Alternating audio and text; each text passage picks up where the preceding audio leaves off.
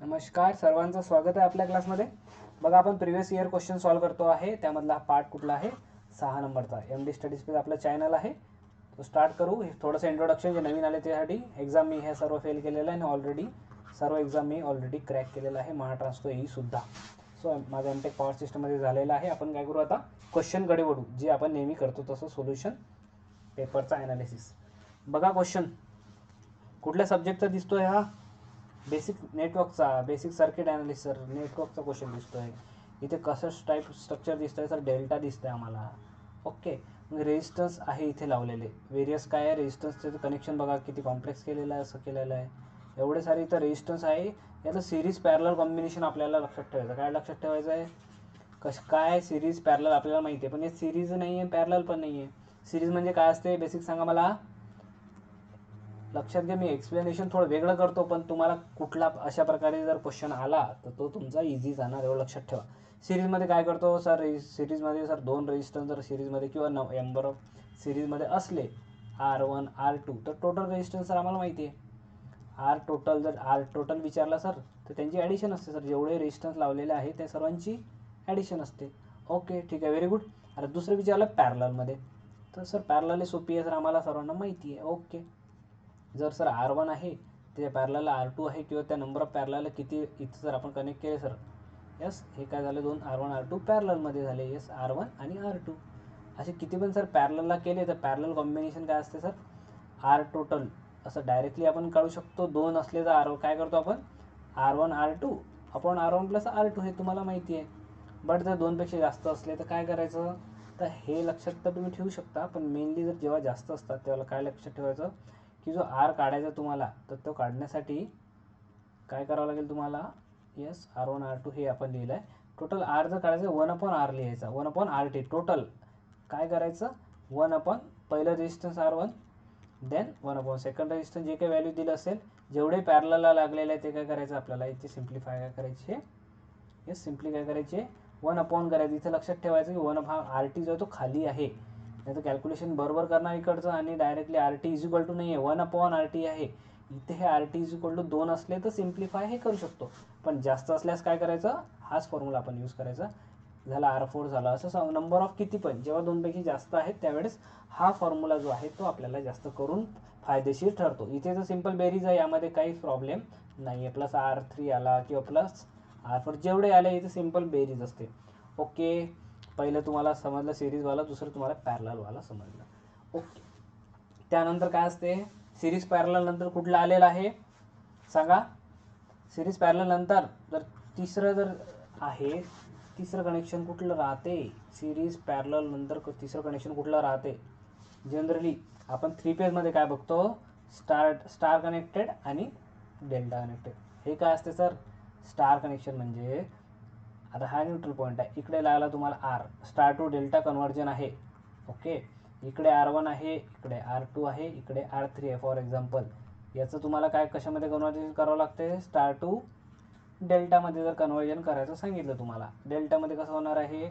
Delta structure तुम्हाला माहिती आहे. इथे एक रेजिस्टन्स राहील, इथे एक रेजिस्टन्स आणि इथे रेजिस्टन्स. ओके, हे झालं delta conversion, star to delta. इथे पण याची व्हॅल्यू येऊन जाईल, कारण की कसं असते 3 फेजसाठी आहे हे कनेक्शन. 3 फेज साठी असते. आपल्याला स्टार टू डेल्टा हे आपल्याला बेसिक चॅप्टरमध्ये कन्वर्जन आहे. जर रेजिस्टन्स लावलेलं असलं, डेल्टा टू स्टार असो की स्टार टू डेल्टा असो, दोघांचे फॉर्म्युले काय वेगळे. हे एक झालं तिसरं कनेक्शन. आणखी काय याच्यामध्ये डिटेल बघू आपण, जेव्हा क्वेश्चन येईल, जेव्हा आपल्याला गरज पडेल तेव्हा आपण काय करू? स्टार टू डेल्टा बघू. तुम्हाला समजायसाठी मी एखादा एक्झाम्पल घेऊन टाकेल आताच. ओके, तिसरं झालं. आणखी काय? आणखी एक कंडिशन आहे जे आपण जनरली मॅक्झिमम स्टुडंट आपण काय करतो? दुर्लक्ष करतो. मॅक्झिमम स्टुडंट काय करतात? दुर्लक्ष करतात, जे की मी पण केली होती, त्यामुळे मी पहिल्यांदा एक्झाम फेल झालो होतो. ओके, स्टार टू डेल्टा असो और डेल्टा टू स्टार असो, हे एक कन्वर्जन आहे. Okay, star to delta, delta to star, हे एक आपण करतो. आणखी एक चौथी गोष्ट जी आहे, जे तुम्ही विसरताय किंवा आपण विसरत असतो, तर 4 नंबरची कंडिशन लक्षात घ्या, जे आपल्याला या प्रश्नामध्ये यूज करायची आहे. जे आपल्याला या प्रश्नामध्ये यूज करायची आहे. आता तुम्ही म्हणा सर इथं स्टार डेल्टा सारखं दिसत आहे, हे बघा, याला जर कन्सिडर केलं तुम्ही तर हे वरचं काय दिसतंय? स्टार, कारण तिघांचा एक कॉमन पॉईंट आहे, स्टार टाईप आपल्याला स्ट्रक्चर दिसत आहे. कोणी म्हणे सर इथं डेल्टा टाईप दिसतंय, मी आधी डेल्टा सॉल्व करतो किंवा डेल्टा टाईप करतो.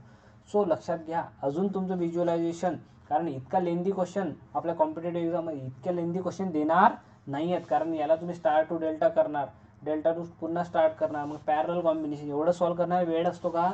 नाही. आणि ते सुद्धा पण एक्झाममध्ये देत नसतात, एवढं लक्षात ठेवायचं. कॉलेजची एक्झाम आपली नाही आहे, डिस्क्रिप्टिव्ह एक्झाम आपली नाही आहे की त्यांना आपल्याला वेळ दिलेला आहे. सो चौथी कंडिशन जी आहे ती असते, कुठली कंडिशन असते, काय लिहितोय बघा मी, बॅलन्स ब्रिज. ओके सर, हे काय बॅलन्स ब्रिज तुम्ही काय लिहिलं? सो आता लक्षात घ्या, बॅलन्स ब्रिज ज्यांना माहिती नसेल कृपया त्यांनी इथं लक्ष द्यावे. Balance bridge.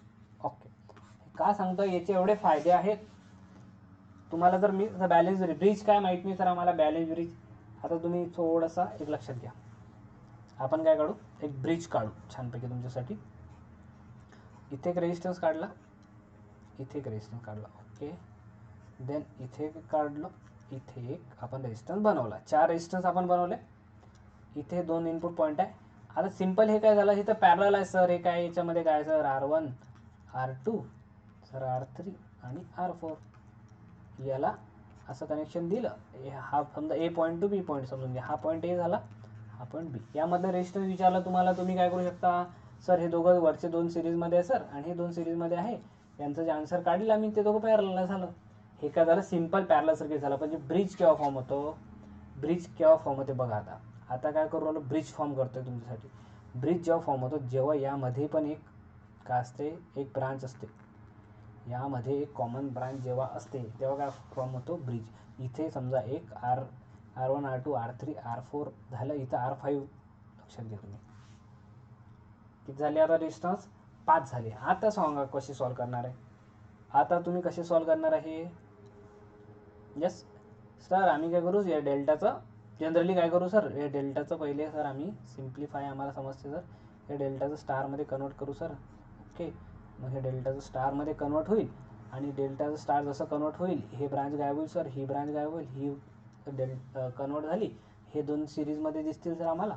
यस, हे 2 सिरीजमध्ये, हे 2 इकडच्या सिरीजमध्ये, आणि ते आम्ही डायरेक्ट पॅरलल कॉम्बिनेशन करून देऊ.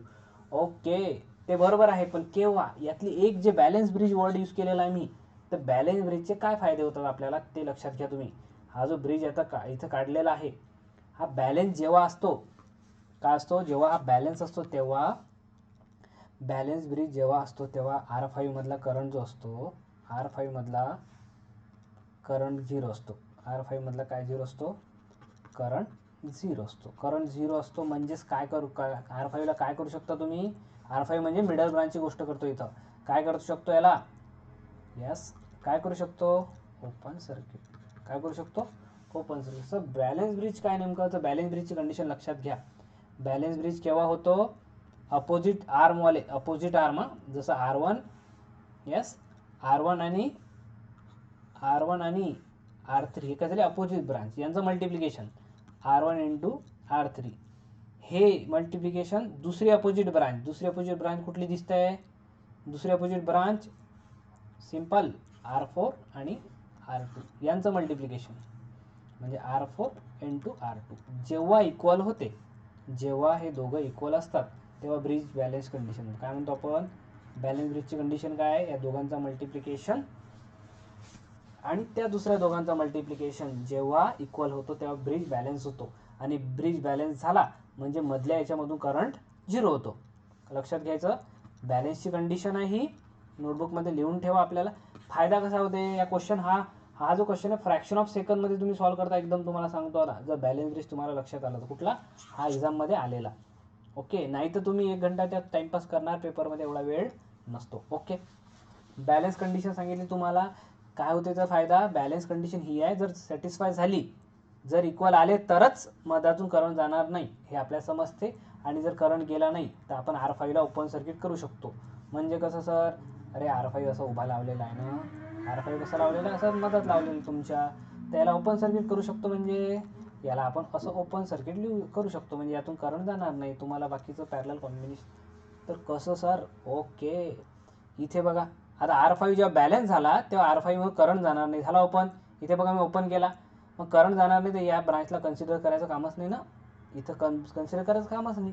मग आपलं काय सोपी झालं, हे 2 सिरीजमध्ये आणि हे 2 सिरीजमध्ये, मग तुम्ही सॉल्व्ह करू शकता.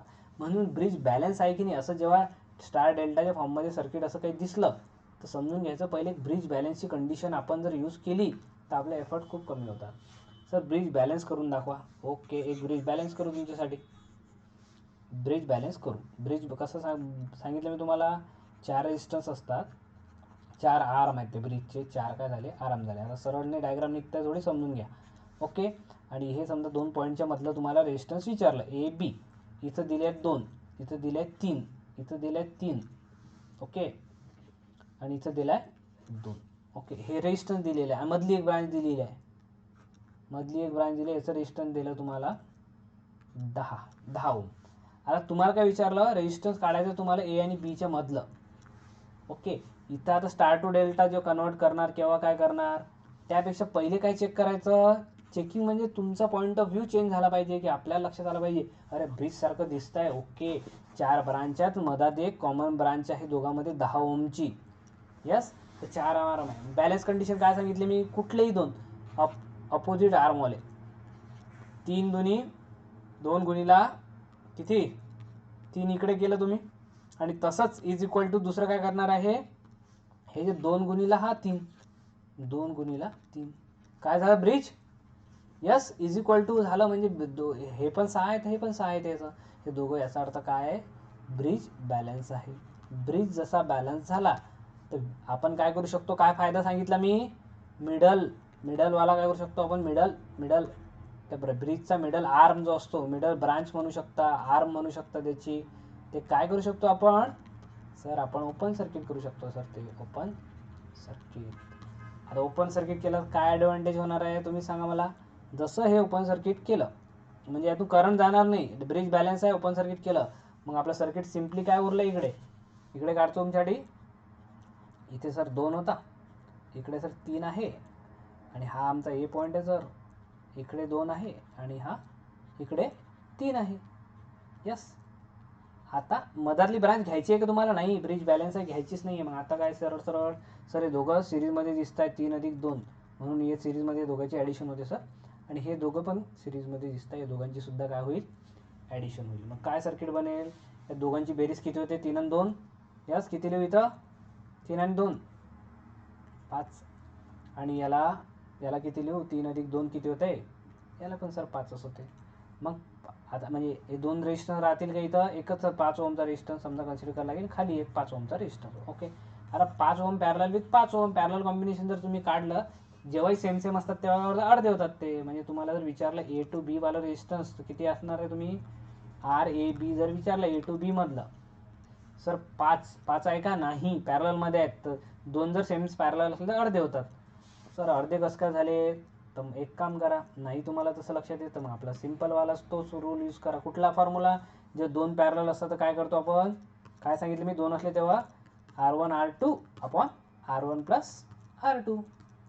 सो 5 गुणीला 5 म्हणजे 25, 25 भागीला 10. मग याला जर 5 तुम्ही आता भागलं तर काय ते, यस, 5 5 25 आणि 5 दोन्ही 10, 5/2 ओहम. ओके, काय ॲडव्हान्टेज आहे पॅरलल, तुम्हाला ब्रिज समजला का, ब्रिज समजला. आता आपलं एक्झाम्पल सॉल्व्ह करू बघा, इतके इझी सॉल्व्ह होणार आहे ते एक्झाम्पल, तुम्ही विचार नाही करणार आहे. बॅलन्स ब्रिजची कंडिशन सांगितली मी, अरे सर ब्रिज असाच दिसला पाहिजे काय, अजून एक गोष्ट तुम्हाला सांगतो, नाही तर सर ब्रिज असाच दिसला पाहिजे. आता ब्रिज समजा मी असा काढला, ओके, असा काढला, पुन्हा असा काढला, इथे एक रेजिस्टन्स काढलं, आणि मध्ये एक रेजिस्टन्स काढला 5. याला हे लक्षात आलं पाहिजे तुमचं की हे ब्रिज आहे. अजून याला कसं काढू शकतो, आता मी काय करू बघा,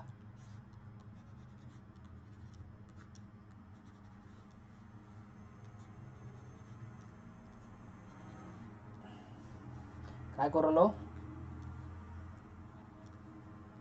हे पॉईंट इथं जॉईन करून टाका. किती रेजिस्टन्स झाले, यस, R1 R2 R3 समजा, आणि R4.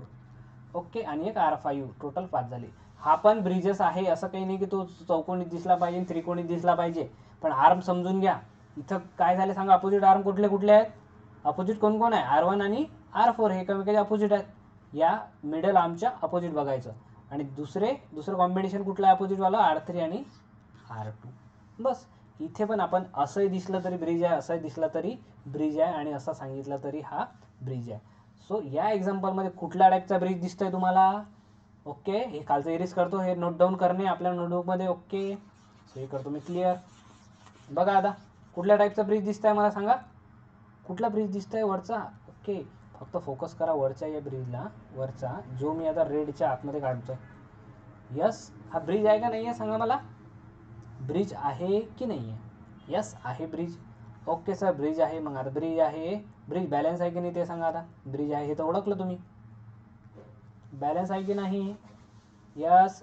काय करणार आहे बॅलन्स करण्यासाठी? पुन्हा सांगतो की आपलं अपोजिट आर्म जे आहे 2 गुणीला 3. ब्रिज सिलेक्ट करा. खालचा हा 3 नका बघू.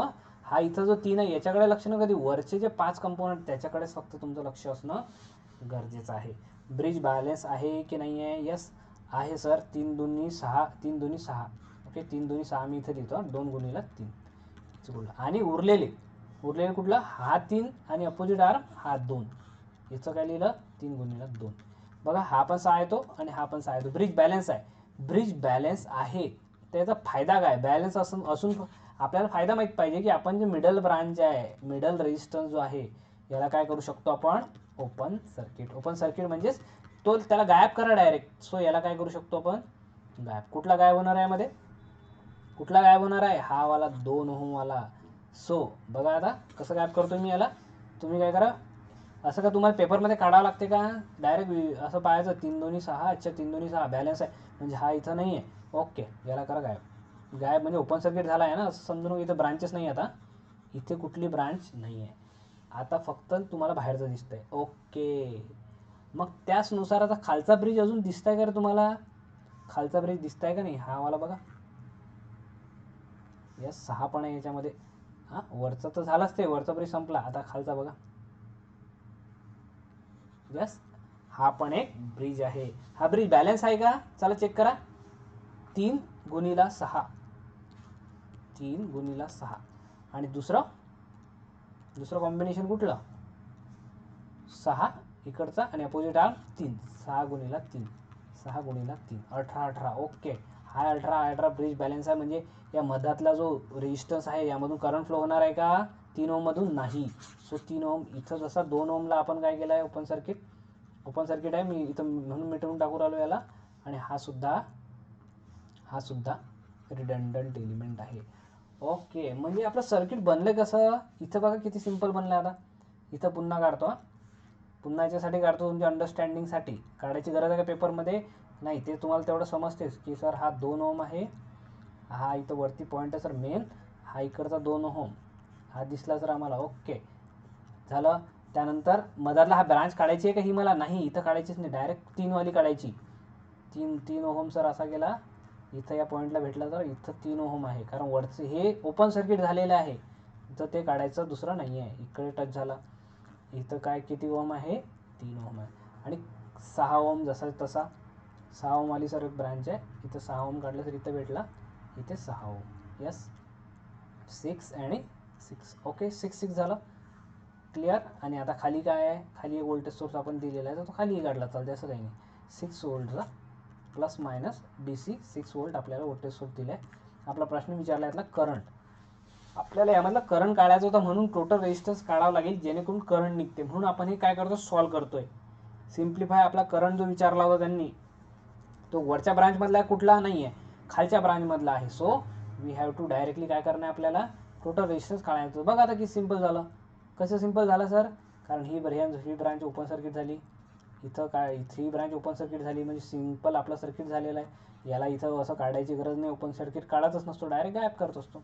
आता सांगा लवकर सांगा कुठले सिरीजमध्ये आहे? सर 2 आणि 2 सिरीजमध्ये आहे. ओके 2 आणि 2 सिरीज केलं तर काय होईल? दोघांची बेरीज किती होईल? सिरीजमध्ये बेरीज होते सर. सो दोघांची बेरीज काय होईल? 4. मग सर आपण किती काढू? इथं 1 ओम रेजिस्टन्स काढू, त्याचं नाव देऊ 4.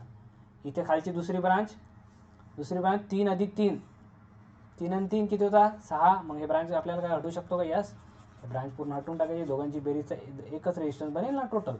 सो बस सिम्प्लिफाय याला केलं. एक इथं बनवली 6 ओमचं एक रेजिस्टन्स. ओके पुढे.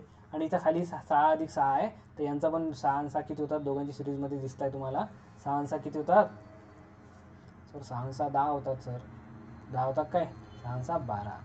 ओके. आता बघा किती, आता सर्व पॅरलमध्ये आहेत. सर्व वरचे 3 रेजिस्टन्स पॅरलमध्ये आहेत. सो टोटल रेजिस्टन्स काढायचा फॉर्म्युला काय सांगितलं मी? जेव्हा 2 असतात तेव्हा काय सांगितलं? 2 असतात तेव्हा R1 R2 upon R1 plus R2. Okay. पण जेव्हा 3 असतात तेव्हा, 3 असो 4 असो, तेव्हा काय करायचं? 1 अपॉन R घ्यायचा टोटल. हा R टोटल आहे. 1 अपॉन R1. R1 कुठलाही 4 नंबर घ्या, 4 घ्या एक. दुसरा 1 अपॉन R2 म्हणजे 6 आणि 1 अपॉन R3 म्हणजे 12. कुठलाही एक तुमचं मागे पुढे केलं तरी काही प्रॉब्लेम आहे का? नाही आहे. कोणाला R1 म्हणा, कोणाला R2 म्हणा, ते काही घेणं देणं असते का? नाही. सो काय होणार आहे? या पॅरलल कॉम्बिनेशनमुळे आपल्याला काय मिळणार आहे? तिघांचं इक्विव्हॅलेंट एकच रेजिस्टन्स मिळणार आहे. आता 3 राहणार आहेत का तिथे? नाही. सो तिघांचं इक्विव्हॅलेंट आपल्याला काय मिळणार आहे? टोटल R मिळणार आहे. जसं आपल्याला माहित आहे Ohm's law I is equal to V/R असतो. व्हीचं आपल्याला काय दिलं आहे? 6 व्होल्ट. जशी आरची व्हॅल्यू आपण इथे काढणार आता, आपल्याला करंट मिळून जाईल. ओके. कसं काढायचं सर? असं कसं सॉल्व करायचं? लक्षात घ्यायचं की जो सगळ्यात मोठा असतो ना अशा फ्रॅक्शनमध्ये, सर्वांना तसं बनवायचं. 12 आहे ना, तर मग 4ला 12 कसे बनवू शकता? 4 त्रिक 12. दुसरा कलरचा पेन घेतो जेणेकरून तुम्हाला क्लिअर होईल. ओके.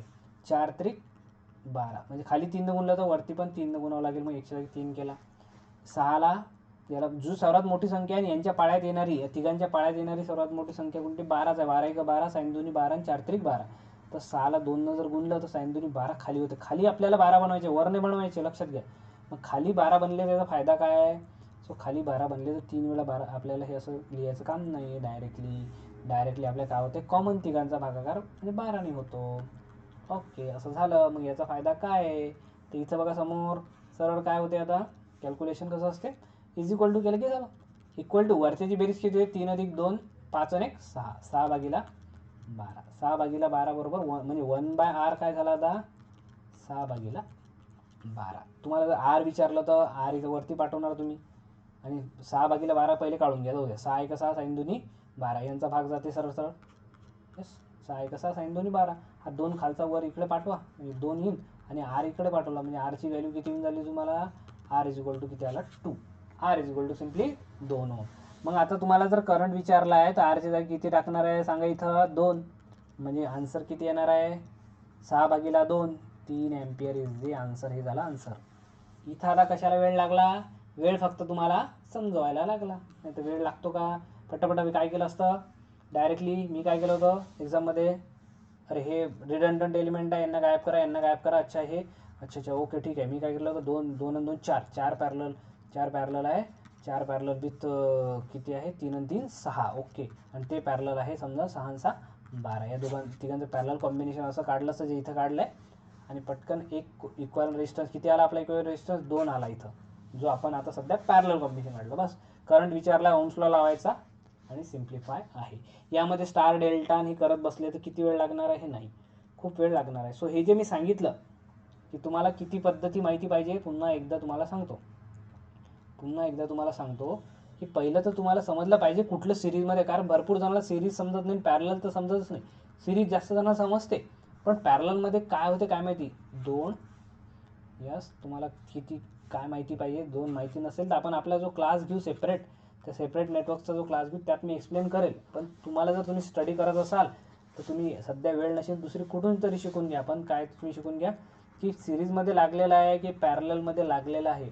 पॅरललमध्ये लागलेला आहे तर त्यानंतर कुठलं माहीत पाहिजे? स्टार आणि डेल्टा कुठल्या फॉर्ममध्ये आहे? स्टार टू डेल्टा किंवा डेल्टा टू स्टार या फॉर्ममध्ये आहे का नाही आहे हे तुम्हाला समजल्यानंतर जो महत्त्वाचा जो पॉईंट आता तुम्ही लक्षात घ्या, जे मॅक्झिमम जण ब्रिज, आणि त्यातली ब्रिजमधली कुठली महत्त्वाची कंडिशन आहे?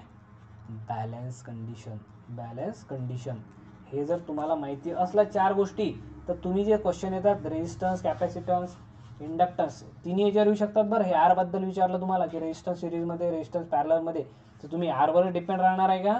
यावेळेस आर विचारला, पुढच्या वेळेस इंडक्टन्स विचारू शकता की जर जर इथं काय असते क्वेश्चनमध्ये, इथं जर सगळे इंडक्टर दिले असते हेनरी, मिली हेनरी हे सगळं असं दिलं असतं, ओमच्या ऐवजी मिली हेनरी केलं असतं. MH इंडक्टन्स युनिट हेनरी आहे ना, हेनरी किंवा मिली हेनरी दिलं असतं. मग काय केलं असतं?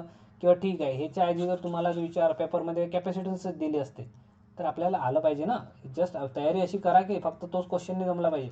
इथं जर कॅपॅसिटन्स दिला असं तुम्हाला 2, कॅपॅसिटन्सचं युनिट काय सांगा मला. कॅपॅसिटन्सचं युनिट आहे मायक्रोफॅरेड किंवा फॅरेडमध्ये मोजतो आपण जनरली मायक्रोफॅरेड असते, पण आपलं मेन युनिट आहे फॅरेड.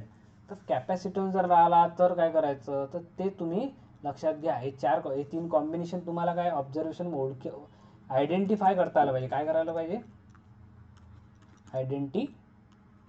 आयडेंटिफाय तुम्ही करता आलंच पाहिजे 100%. तेव्हाच तुम्ही नेटवर्कचे क्वेश्चन सॉल्व्ह करू शकाल. नाही तर कसं आहे, सिरीज समजलं नाही तर तुम्ही काय लॉस आहे सर, सिरीज जर नाही समजलं आम्हाला तर फक्त सिरीज रेजिस्टन्स आणि कॅपॅसिटन्स इंडक्टन्सच करायचं आहे. काय करायचं, काय काय एलिमेंट सांगितले मी तुम्हाला. रेजिस्टन्ससाठी बघायचं सर इंडक्टन्स किंवा कॅपॅसिटी, 3 गोष्टी मला बघायचं आहे. अरे नाही, जेव्हा सिरीज असते तुम्हाला जर सिरीज लक्षात नाही आलं तर तुम्ही काय काय लावू शकत नाही. केव्हीएल सिरीजमध्ये व्होल्टेज ड्रॉप होतात समजा नाही. पॅरलरमध्ये काय करंट डिव्हिजन होते, करंट डिव्हिजन की किर्चॉफ्स लॉ आपण लावू शकत नाही. म्हणून पण हे माहीत पाहिजे. इथं व्होल्टेज ड्रॉपसाठी काय कोणता ॲनालिसिस म्हणतो आपण, त्याला लूप ॲनालिसिस म्हणतो. आणि केसीएलमध्ये कुठला ॲनालिसिस म्हणतो, नोड. तर हे आयडेंटिफाय ते तुम्हाला करता आलंच पाहिजे. Okay, clear. चला पुढच्या क्वेश्चनकडे जाऊ आपण आता. बघा क्वेश्चन काय, प्रोफेशनल नॉलेज इलेक्ट्रिकलचा क्वेश्चन आहे. Maximum reverse voltage that a thyristor can withstand repeatedly is equal to peak negative value of the sine wave. एक थायरिस्टर कसा बनलेला असतो हा क्वेश्चन. एक थायरिस्टर आहे. ओके, थायरिस्टर म्हणजे काय असतं, सिलिकॉन कंट्रोल रेक्टिफायरचा पहिला जो एलिमेंट आहे थायरिस्टर फॅमिलीतला तो कोण आहे, पहिला लेकरू कोण आहे, SCR. थायरिस्टर फॅमिलीला पहिला बच्चू आहे. ओके, सो याचा ॲनोड टर्मिनल असतो, कॅथोड असतो आणि गेट असतो. ओके, हा जेव्हा याला सप्लाय देतो, कुठला सप्लाय देतो आपण, AC सप्लाय देतो. AC सप्लाय जर दिला याला AC सप्लाय मी आता तुमच्यासाठी देतो. ओके, AC सप्लाय दिला. सायनोसायडल सप्लाय माहीत आहे तुम्हाला. जेव्हा एक सायनोसायडल सप्लाय माहीत नसेल तर मग तुम्ही इलेक्ट्रिकल इंजिनियर आहे का, नाही आहे तुम्ही. सो सायनोसायडल सप्लाय काय असते, एक पॉझिटिव्ह सप्लाय असते सर, एक निगेटिव्ह सप्लाय असते. पुन्हा हे वेव्ह फॉर्म कंटिन्यू राहते. आपण एवढाच अभ्यास करतो म्हणजे एवढंच असते का नाही, ते कंटिन्यू होत राहत असते. सो लक्षात घ्यायचं, याचा टाईम पिरियड T असतो. तर आता काय म्हणणं आहे माझं की हे पॉझिटिव्ह सायकल असते. जेव्हा व्होल्टेज जे असते, हे व्होल्टेजचे ग्राफ आहे, हा व्होल्टेजचा मायनस ग्राफ आहे. व्होल्टेज पॉझिटिव्ह असतो म्हणजेच जेव्हा पॉझिटिव्ह सायकल स्टडी करतो आपण, पॉझिटिव्ह सायकलला समजून घ्यायचा प्लस आहे मायनस आहे, जेणेकरून करंट इकडे फ्लो होतो. सो त्यावेळेस इथे पॉझिटिव्ह मिळतो याला. यस, ॲनोडला काय मिळतो, पॉझिटिव्ह आणि कॅथोडला निगेटिव्ह. म्हणजे कुठलं होते, कुठला बायस म्हणतो आपण याला, फॉरवर्ड बायस. काय होते, फॉरवर्ड बायस होते, मग करंट फ्लो होत असतो. ओके, करंट फ्लो झाला सर, ठीक आहे, हे समजलं आम्हाला. पण जेव्हा हा क्वेश्चन कशाबद्दल आहे, हा निगेटिव्ह पीक इनव्हर्स रिव्हर्स व्होल्टेज, नाव काय रिव्हर्स आहे म्हणजे रिव्हर्स पोलॅरिटी म्हणजे निगेटिव्ह झालं. आता निगेटिव्ह झालं म्हणजे काय झालं, इथे काय करू, हे सर्व मिटून टाकायचं आहे मला. येस, आता निगेटिव्ह आलं. निगेटिव्ह कसं येणार आहे, कारण की सायनोसायडलची बेसिक अल्टरनेटिंग वेव्हफॉर्म माहीत आहे आपल्याला, ती काय होणार आहे, पॉझिटिव्ह सायकल नंतर निगेटिव्ह सायकल असते सर. ओके, निगेटिव्ह सायकलमध्ये काय होणार आहे, हा जो पॉझिटिव्ह पॉईंट होता पहिला, हा निगेटिव्ह पॉईंट होईल आणि जो निगेटिव्ह पॉईंट होतो तो पॉझिटिव्ह. म्हणजे आता हा करंट कन्व्हेन्शनल फ्लो कसा प्रयत्न करेल, या डायरेक्शननी. हा पॉझिटिव्ह इथं भेटला आता आणि निगेटिव्ह इथं. निगेटिव्ह सायकल चालू आहे म्हणून याच्यावर फोकस करा तुम्ही. पहिली सायकल संपली. ओके, सो आता दुसऱ्या सायकलवर तुम्ही जर फोकस केलं, निगेटिव्ह दिलं. आता मला सांगा, कॅथोडला पॉझिटिव्ह आहे, ॲनोडला निगेटिव्ह आहे, मग कुठलं बायस असते, हे असते यस रिव्हर्स बायसमध्ये करंट फ्लो होतो का, SCR मध्ये नाही, फक्त तो एकाच डायरेक्शनने होतो. मग रिव्हर्स बायसमध्ये काय होत असते, कुठले रिव्हर्स बायसमध्ये कंडक्शन कधी होते. सो लक्षात घ्या, SCRची कॅरेक्टरिस्टिक तुम्ही पाहिली आहे का कधी, माहिती आहे सर आम्हाला तर सर्व माहिती आहे. ओके, देन चेक करू आपण तुम्हाला काय काय माहिती आहे. तर तुम्हाला जेवढा अभ्यास केला आपण तेवढाच माहिती आहे, तर त्याबद्दल क्वेश्चन कसं फिरून विचारू शकतो, बी रेडी. आता सर आम्हाला माहिती आहे SCRचं जर तुम्ही, ओके थांबा कुठे गेला, ओके कुठे ओके, यस. हे बघा सर, आम्हाला माहिती आहे की जर गेट पल्स नसला तर करंट थोडा म्हणजे लेट आमचा पिकअप होतो. गेट थोडा भेटत गेला तर मग कमी याच्यावर होतो सर, मग अजून कमी व्होल्टेजवर, मग अजून कमी. जेवढा गेट करंट आम्हाला जास्त मिळेल तेवढं लवकर होईल सर. मग आम्हाला आता गेट करंट मिळाला तेव्हा आमचा SCR काय होत असतो सर, हा ट्रिगर होत असतो. म्हणजे यामधून काय होत असतो, हा लॅच होऊन जातो. लॅचिंग डिव्हाइस आहे ना, इथं एक सर एक लिमिट येत असते सर आय एल लॅचिंग करंटची, हां, आणि एक त्याखाली कुठला असतो आय एच असतो होल्डिंग करंट, तो ऑफचा असतो. आय एल लॅचिंग करंटसाठी असं. हा V versus I versus V graph आहे. हा वर्टिकलला आय आहे, करंट आहे, आणि सप्लाय आपण व्होल्टेज देत असतो. आता हे तर तुम्हाला फॉरवर्ड बायसचं झालं ना. फॉरवर्ड बायस का बरं, व्होल्टेज पॉझिटिव्ह आहे, पण व्होल्टेज जेव्हा निगेटिव्ह होईल, करंट निगेटिव्ह केव्हा होईल हे तर तुम्हाला माहिती पाहिजे ना. हे जनरली बनते कशासारखं, हे तर सर आम्ही कधी अभ्यास केला नाही, तर लक्षात आहे इथं हे पॉझिटिव्ह तुम्हाला लक्षात आलं. रिव्हर्स बायस जेव्हा होतो तेव्हा याची ग्राफ कन्व्हेन्शनल आपलं झेनर डायोड किंवा कोणता पी एन जंक्शन डायोडचं कसं असते, काय होते ग्राफ, इथे बघा ग्राफ काढतो तुमच्यासाठी. रिव्हर्स बायसमध्ये करंट पहिले फ्लो होत नाही. मग एक ब्रेकडाऊन पॉईंट येतो डायरेक्ट हेवी करंट.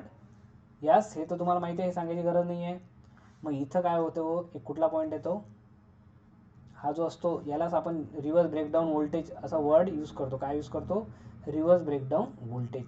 सो हा जो -V आहे इथं ब्रेकडाऊन व्होल्टेज होते, त्यामुळे करंट काय होते, निगेटिव्ह साईडला हेवी फ्लो होते. हे ब्रेकडाऊन चांगलं असते का नाही, ब्रेकडाऊनमुळे काय होऊ शकतो, तो डॅमेजसुद्धा होऊ शकतो. मग हे जे मॅक्झिमम निगेटिव्ह व्होल्टेज आहे याची काहीतरी लिमिट आहे. तुम्ही समजाल सर 100 वोल्ट हा पॉझिटिव्हला चालते, तर हा निगेटिव्हला 100ला सस्टेन करायला पाहिजे, असं असते का नाही. प्रत्येकाची काय असते, एक कॅपेबिलिटी असते प्रत्येक डिव्हाइसची. जेव्हा इथे पॉझिटिव्ह इथे निगेटिव्ह म्हणजे रिव्हर्स बायस जेव्हा होईल, तर प्रत्येकाचा जो SCR आहे ते स्वतःची कॅपॅसिटी असते की तो एवढा झेलू शकते, म्हणजे किती रिव्हर्स बायस तो झेलू शकते. अरे सर हे याला काय अर्थ आहे तर सर आम्हाला समजते, पण लक्षात घ्या की जेव्हा आता हा SCR आहे तो 100 वोल्टपर्यंत जाऊ शकते, पण दुसरा SCR काय करते, तो 70 वरच खतम होऊन जाते. तो म्हणजे नाही 70च्या वर मला चालणार नाही, समजून घ्या. 70 वर एक दुसरा SCR आहे. अजून काय होऊ शकते, तिसरी डिव्हाइस आहे ते तर म्हणते की मी निगेटिव्हमध्ये चालतच नाही, म्हणजे निगेटिव्हमध्ये जास्त व्होल्टेज मिळालं तर कितीवर फिनिश होऊ शकते, -50 वरच एक हे होते. सो प्रत्येक याची काय असते, एक काय असते, कॅन विथस्टँड कॅपॅसिटी असते त्याची. प्रत्येकाची काय असते, विथस्टँड कॅपॅसिटी असते. तर या व्होल्टेजलाच काय म्हणतो आपण, पीक व्हॅल्यू असते. पीक व्हॅल्यू म्हणजेच पीक व्हॅल्यू काय असते तुम्हाला सांगू का. हे जे सायनोसायडल वेव्ह आपण बघितली जस्ट, यामध्ये पॉझिटिव्ह सायकल आहे आणि एक निगेटिव्ह सायकल आहे.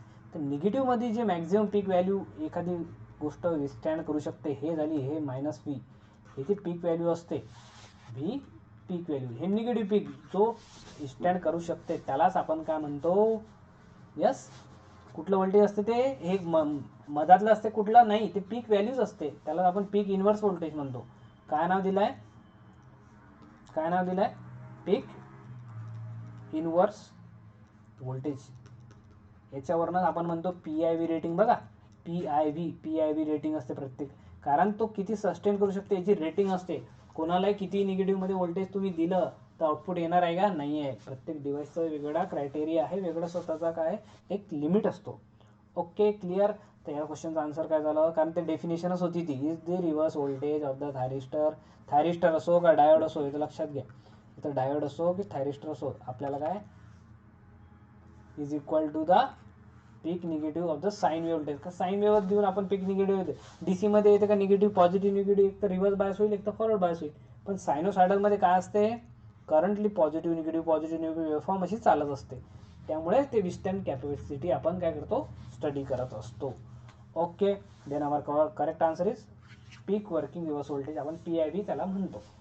क्लिअर झाला तुम्हाला, सगळं समजलं, कॅरेक्टरिस्टिक पण सांगितली समजवून, आणि फॉरवर्ड बायस रिव्हर्स बायस तेही सांगितलं. ओके, चला next question. Lightning arrester, theoretical question आहे, बटाबटा होऊन जाईल. Lightning arrester, LA Buchholz relay together use for the protection of, option आहे तुमच्याकडे short transmission line, transformer, medium transmission line आणि अल्टरनेटर. लक्षात घ्या, हे जे बकोज रिले जेव्हाही आला, तो बकोज रिले हा ट्रान्सफॉर्मरच्या प्रोटेक्शनसाठी यूज करतो. तो कुठं लागलेला असतो हे पण तुम्हाला सांगतो, आणि लाइटनिंग अरेस्टर कुठं लागलेलं असतं ते पण सांगतो. ओके, आता ही ट्रान्समिशन लाईन आली, ट्रान्समिशन लाईन काढून दाखवू तुम्हाला छानपैकी. पहिला फेज असतो कुठला सर, IR, नंतर सर दुसरा असतो Y. ओके, RYB 3 काढतो. हे ट्रान्समिशन लाईन आली आहे, कुठं आली आहे, आपल्या सबस्टेशनला आली किंवा ट्रान्सफॉर्मरच्या जवळ आली. मग ट्रान्सफॉर्मर जो इथं असतो, कुठं असतो ट्रान्सफॉर्मर, हा इथं आहे, हा एक ट्रान्सफॉर्मर आहे. ओके, हा ट्रान्सफॉर्मर इथे आहे, याला असं पूर्ण स्टँड असतो. हे असं मी रफ काढला आहे, तुम्ही समजा असं असते का ट्रान्सफॉर्मर ते जाऊ द्या. सो हा झाला ट्रान्सफॉर्मर फॉर एक्झाम्पल. मग काय होईल, याला कुठे लागलेला असतो, हे जे ट्रान्समिशन लाईन, याला सिंगल लाईन डायग्राममध्ये करतो. तुम्ही म्हणसाल सर 3ला शॉर्ट करता, शॉर्ट नाही करवलं. जेव्हा याची सिंगल लाईन डायग्राम लक्षात घ्या, हे जे ट्रान्सफॉर्मरला कनेक्शन जातात ट्रान्सफॉर्मरच्या बुशिंगला, त्याच्या आधीच काय लावलेला असतो, लाईटनिंग अरेस्टर. कुठं लावलेलं असतं, लाईटनिंग अरेस्टर हे डिव्हाइस असते इथं लागलेली. काय असते, गेले विथ रिस्पेक्ट टू ग्राउंड. हे काय करते, लाईटनिंग अरेस्टर LA कुठं लागलेला असतो, ट्रान्समिशन लाईन जे एंट्री करते इथं, एंट्री केल्यानंतर ट्रान्सफॉर्मरच्या आधी हे लाईटनिंग जे प्रोड्यूस होते ना, लाईटनिंगपासून ज्या सर्जेस निघतात त्या सर्जेसला अरेस्ट करण्यासाठी लाईटनिंग अरेस्टर वापरतो. ओके, याचं लोकेशन तुम्हाला समजलं.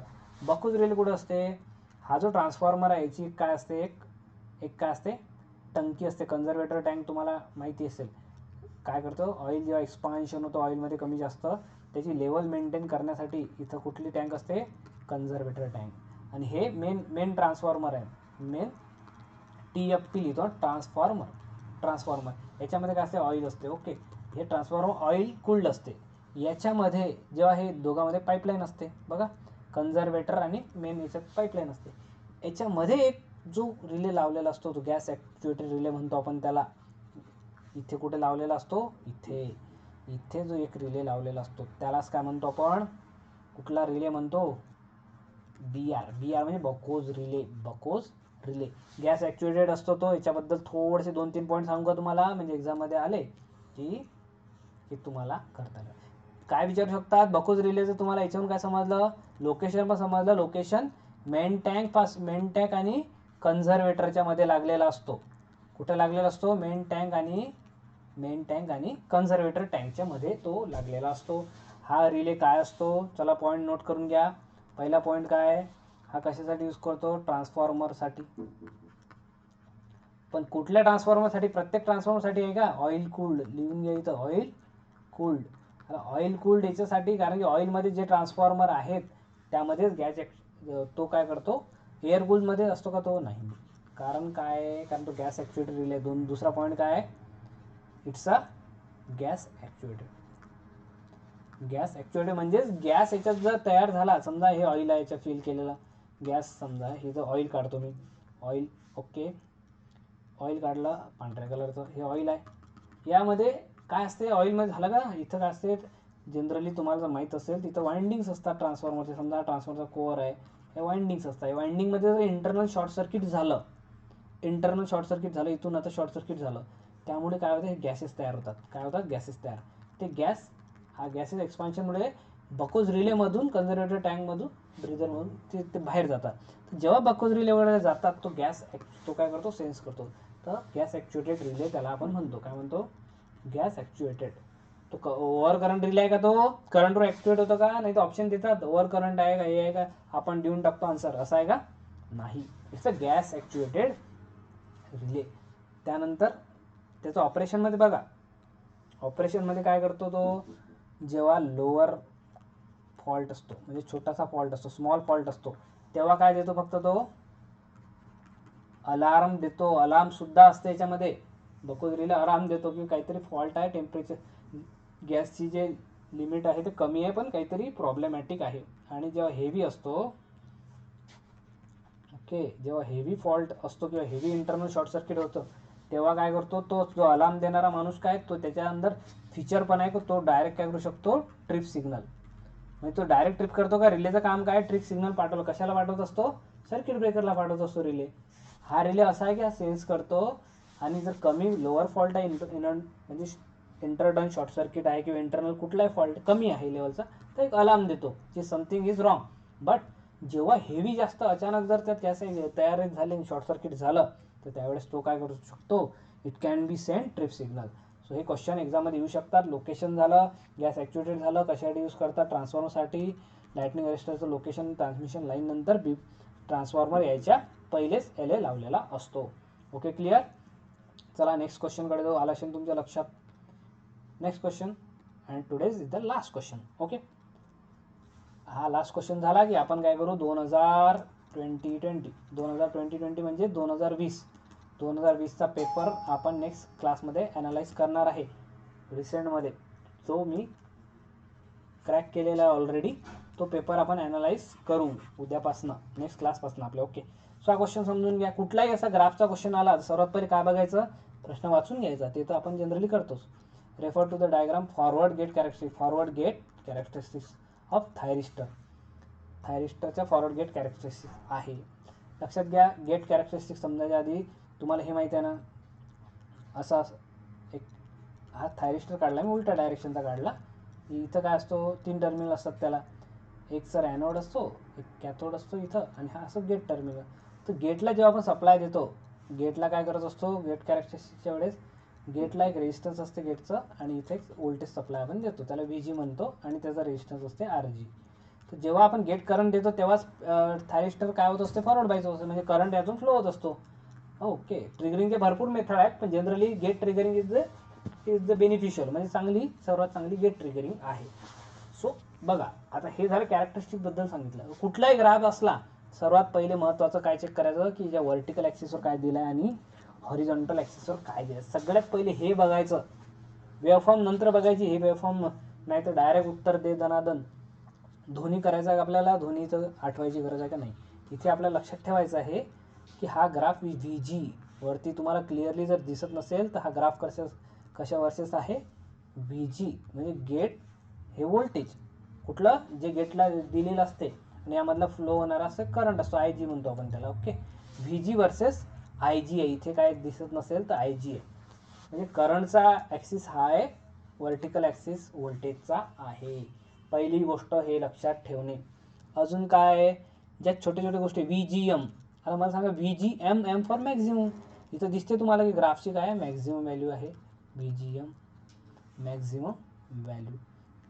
ओके, इथं IGM म्हणजे काय झालं, ही कशाची मॅक्झिमम व्हॅल्यू आहे, IGM म्हणजे करंटची मॅक्झिमम व्हॅल्यू, गेट करंटची मॅक्झिमम व्हॅल्यू.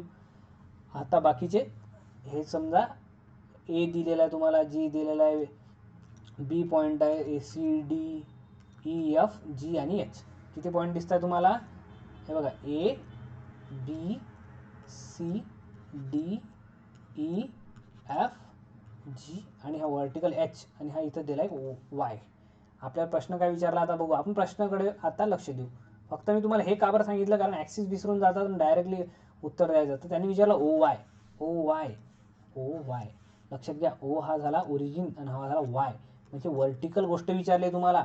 व्हर्टिकल गोष्ट तुम्हाला जर विचारली आहे तर सरळ सरळ लक्षात येते की व्हर्टिकल ॲक्सिस कशाचा आहे, व्हर्टिकल ॲक्सिस कशाचा आहे, व्होल्टेजचा. कोणतं व्होल्टेज, गेट व्होल्टेजचा आहे. सो आता ऑप्शन बघायचे. ऑप्शनमध्ये दिले तर maximum permissible gate voltage, maximum आहे का, मॅक्झिमम व्हॅल्यू इथं VGM आहे. मॅक्झिमम पॉईंट काय सांगितलं मी तुम्हाला, तर VGM. हे तर समजतेच तुम्हाला. अरे हा तर मॅक्झिमम पॉईंट आहे, हा एवढंच अंतर विचारलं आहे फक्त तुम्हाला, O2 आहे. याचं काय असणार आहे, मॅक्झिमम आहे का नाही. सो म्हणजे पहिलं ऑप्शन कट, पहिला ऑप्शन गेला. मॅक्झिमम परमिसिबल गेट करंट आहे का, हा गेट करंट या ॲक्सिसवर आहे ना, इकडचं काही विचारलं आहे का तुम्हाला, नाही विचारलं आहे ना. तर मग हे ऑप्शन असणार आहे का, नाही, गेट करंट थोडी आहे, व्हर्टिकल ॲक्सिसवर व्होल्टेज आहे. Non gate triggering gate voltage. इथं जर तुम्हाला A विचारलं असतं, इथून बघा, इथून जो आहे करंट फ्लो होणं स्टार्ट झालेलं आहे. नॉन गेट ट्रिगरिंग आहे का, ते नाही आहे. हे minimum gate source voltage to trigger the SCR, minimum एवढं व्होल्टेज द्यावंच लागते. हे बघा, हे काय झाली, एवढी रेंज झाली, व्होल्टेज एवढं द्यास लागते. हे जे मिनिमम रेंज एवढं दिल्याशिवाय करंट फ्लो होत आहे का, याच्यात होत आहे का नाही, याचं minimum voltage for the triggering of gate. असं तुम्हाला लक्षात आलं पाहिजे की करंटबद्दल बोलताय की व्होल्टेजबद्दल. कुठलाही ग्राफ असो, याच क्वेश्चनचा आन्सर नाही मी सांगतो, कुठल्याही क्वेश्चनचं. सो करेक्ट आन्सर आहे तुमचं minimum gate to source voltage trigger SCRला चालू करण्यासाठी एवढं गेट व्होल्टेज तुम्हाला द्यावंच लागेल, म्हणजे मिनिमम समजा 10 व्होल्ट तुम्हाला द्यावंच लागेल. येस, 10 व्होल्ट दिले तर त्यानुसार इथं रेजिस्टन्स असतो, व्होल्टेज ड्रॉप होते, मग यातून काहीतरी करंट फ्लो होतो. याच्यातून 5 करंट जर तुम्ही दिला गेटला करंट दिल्यामुळे काय होते, हा फॉरवर्ड बायस तो ऑलरेडी असतोच SCR. मग याच्यामधून SCRमधून ISCR लिहिला आहे मी, म्हणजे SCRमधून करंट फ्लो होतो. हा गेटबद्दल बोलताय का, ते हे गेटबद्दल नाही बोलताय सर. तुम्ही म्हणा की इथं काय दिलेलं आहे, इथं लक्षात घ्यायचं, काय घ्यायचं, मी काय काढलं पुन्हा एकदा, जर तुम्हाला थोडंसं माहिती नसेल तर लक्षात घ्या.